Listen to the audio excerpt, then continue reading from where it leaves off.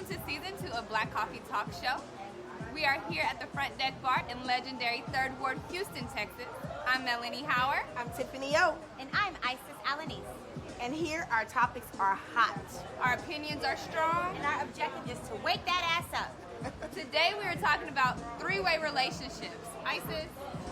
So, on the recent Breakfast Club, Teyana Taylor was on there with her husband, Iman, and they discussed her new song, one of her new songs that are on her album, where it discusses a three-way relationship. So she went on to describe the rules about three-way relationships, what that looks like.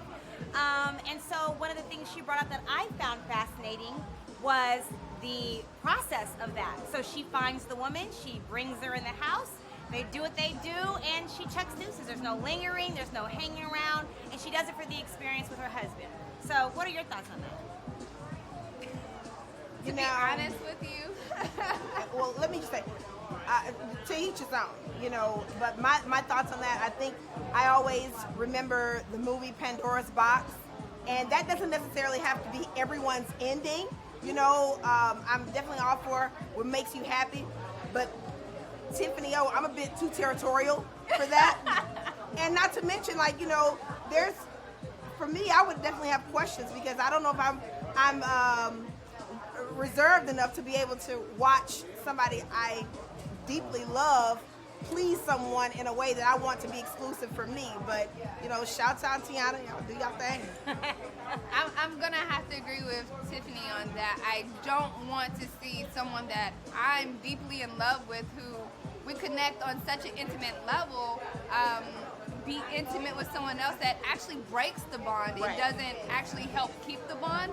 I mean, if you can manage to do it in your relationship and remain healthy, I'm all for it. But I don't think there really is a healthiness that can come out of it other than just keeping your man from cheating because you know he's going to do it anyway, so why not do it with him? So, I mean, maybe, I don't know, maybe that might be, because they're celebrities, so maybe that might be the mindset behind it. However, I think of marriage as too much of a powerful entity to mess with it like that. If you're going to bring someone in your relationship, I feel like you're probably going to suffer in the end. But, it's a very popular thing, though. It's what people are doing. What is your take on it, Isis? So this is my take on it, right? So been married for 9 years, raised Ruth, and I've never done that. But I will say, listening to her interview made me really process if I would. At first, I was all like, no, not a nan, never, won't happen. But I'm really like, okay, so there's a process. Okay, so I like that there's rules. The rules where there's no kissing of the mouth. That was one of the things she said. I agree with that because I too agree. What we're not gonna do is you sit here and please my man in front of me like I'm not just here. So, but the thing was that it was more of a woman on woman. He, I think, watched sometimes, maybe or may not, but just I love how they have an understanding there was a set rules. So he doesn't partake in it physically? So he does partake in it. It's more so with his wife while the woman, I think, is doing the most. So the third party that's coming in is pretty much performing on Teyana. Yes. Okay, so you know what? I'm going to say this. Teyana's body. Hello. I wouldn't be mad if I had an offer. Look, that's on camera. So that's Teyana's amazing. So that's one of the things that they said that she brings home the woman because a lot of those women are in her DM because of how she looks. So just like she's all about her husband and I guess just the experience that brought their bond sometimes closer, and it's not an everyday thing. But that's what I said. I said homo no homo. Well, if your relationship can handle it, I guess. But at the end of the day, that's what it boils down to: the strength of your relationship, And not only that, not just the strength of your relationship, but if that is what both of you agree on doing, because for the people that are involved in it, it's going to be pros and cons, right? Right. But there also has to be that conversation of what are some of the consequences of perhaps this individual enjoying that a little too much. And here's my personal opinion on that. I always feel like what you're doing is creating an environment for that to be the standard. When it started out as you and I was able to satisfy you, bringing that third party in, now that becomes a standard. Yeah, this feels good with you, but it felt better when we had the third person. So that's what needs to be considered. And nobody is a mind reader. So regardless of how good it may seem with you and your significant other afterwards, you have to remember in the back of your mind, would he prefer there to be a third party in our bedroom? now that I've initiated. And there's such a double standard there because not a lot of straight men are going to allow another man into the bedroom to do the exact same thing. So that's another reason why I'm not. I think if you want to keep the sex interesting, you have to continue dating, and I think a lot of people miss that.